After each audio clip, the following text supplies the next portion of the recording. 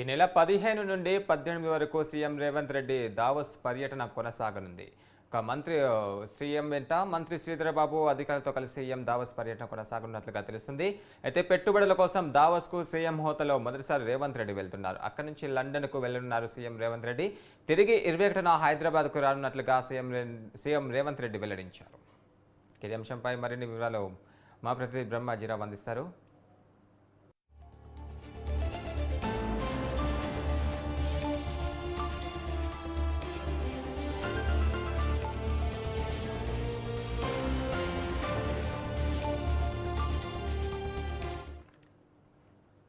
CM Revanth Reddy Davos పర్యటనపై మరింత సమాచారం మా ప్రతినిధి బ్రహ్మాజీరావు అందిస్తారు. బ్రహ్మాజీ, చెప్పండి, దీనిపైన పూర్తి అప్డేట్స్ ఏంటి?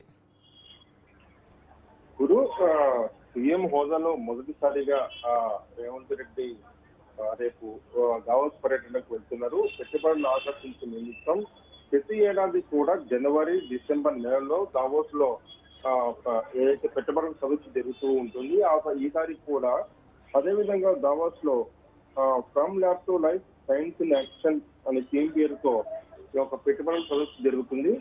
అయితే ఈ సమావేశానికి సదస్సుకు మొదటిసారి సీఎం రేవంత్ రెడ్డి, మంత్రి శ్రీధరబాబు, ఇతర ఉన్నతాధికారులు మొత్తం 15 మందితో కూడినటువంటి బృందం రేపు బయలుదేరి వెళ్తుంది. మొత్తం మీద 15 తేదీ నుంచి 19 తేదీ వరకు ఈ సమావేశం జరుగుతుంది. అయితే 18 తేదీ వరకు సీఎం రేవంత్ రెడ్డి అక్కడే ఉంటారు. అక్కడి నుంచి మళ్ళీ లండన్ వెళ్తారు. లండన్ లో ఉన్నటువంటి తెలుగు వారిని అందులో కలుసుకొని వారితో పాటు ఇటు దావోస్ లో జరిగినటువంటి పెట్టుబడుల సదస్సులో సమావేశాలు కావచ్చు, అదేవిధంగా లండన్ లో జరిగినటువంటి తెలుగులో వారితో జరిగే సమావేశాల్లో కావచ్చు, లండన్ కూడా ఇండియాలో ముఖ్యంగా హైదరాబాద్, తెలంగాణలో పెట్టుబడులు పెట్టే విధంగా ఈ యొక్క పర్యటన కొనసాగుతుందని సీఎంఓ వర్గాలు తెలిపాయి. అయితే గత 10 ఏళ్లుగా కూడా మంత్రి పారిశ్రామిక శాఖ మంత్రి మీద కేటీఆర్ ఇంతకుముందు వెళ్లేవారు. ఈసారి మాత్రం సీఎం రేవంత్ రెడ్డి మొదటిసారి ఈ పర్యటనకు వెళ్తున్నారు. సీఎంతో పాటు శ్రీధరబాబు, పరిశ్రమల శాఖ మంత్రి శ్రీధరబాబు కూడా ఐటీ శాఖ మంత్రి, ఆయన వెళ్తున్నారు. కాబట్టి ఇక్కడ పెట్టుబడులు భారీ ఎత్తున వచ్చే అవకాశం ఉందని కూడా ఇటు సీఎం వర్గాలు చెప్తూ వస్తున్నాయి. లండన్ లో కూడా ఇదే విధంగా ఈ తెలుగు వారితోనూ, అదేవిధంగా కొంతమంది ఎన్ఆర్ఐస్ తో కూడా ఈ సమావేశం నిర్వహించబోతున్నట్టుగా తెలిసింది.